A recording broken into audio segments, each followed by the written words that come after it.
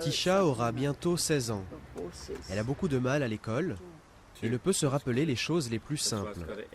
Comme des milliers d'autres enfants en Afrique du Sud, Tisha paie l'alcoolisme de sa mère, qui a bu pendant qu'elle l'attendait.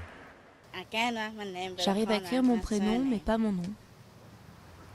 Viviane et Peter ont adopté Tisha quand elle était bébé. Et ils tentent de l'aider à faire face aux problèmes causés par le syndrome d'alcoolisation fœtale. Ses troubles d'apprentissage ne lui permettent pas de lire ou d'écrire. Elle ne peut même pas faire de simples calculs et n'a pas la moindre idée du temps.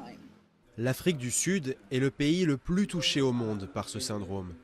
Cette maladie cause des lésions cérébrales et empêche le développement de l'enfant. Le professeur Denis Viljoen a étudié les villages au Cap. Résultat, 10% des bébés sont touchés. C'est la maladie la plus commune chez les bébés dans ce pays. Cela représente autant de cas que toutes les malformations congénitales réunies. La police accuse les bars clandestins, les shebeen, d'être responsables de cet alcoolisme chez les femmes enceintes. Mais pour les femmes de Guguletu, près du Cap, les raisons de ces problèmes sont bien plus profondes. Elles accusent la pauvreté et le manque d'éducation.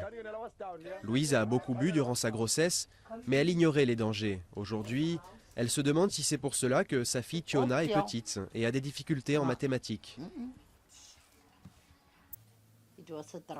C'était la boisson. L'alcool l'a rendue malade. C'est vraiment l'alcool. Tisha ne connaît pas sa mère biologique. Elle ne sera donc jamais en mesure de lui demander pourquoi elle a bu. Elle, comme tant d'autres enfants, doit apprendre à vivre avec ce handicap, entièrement provoqué par l'alcool.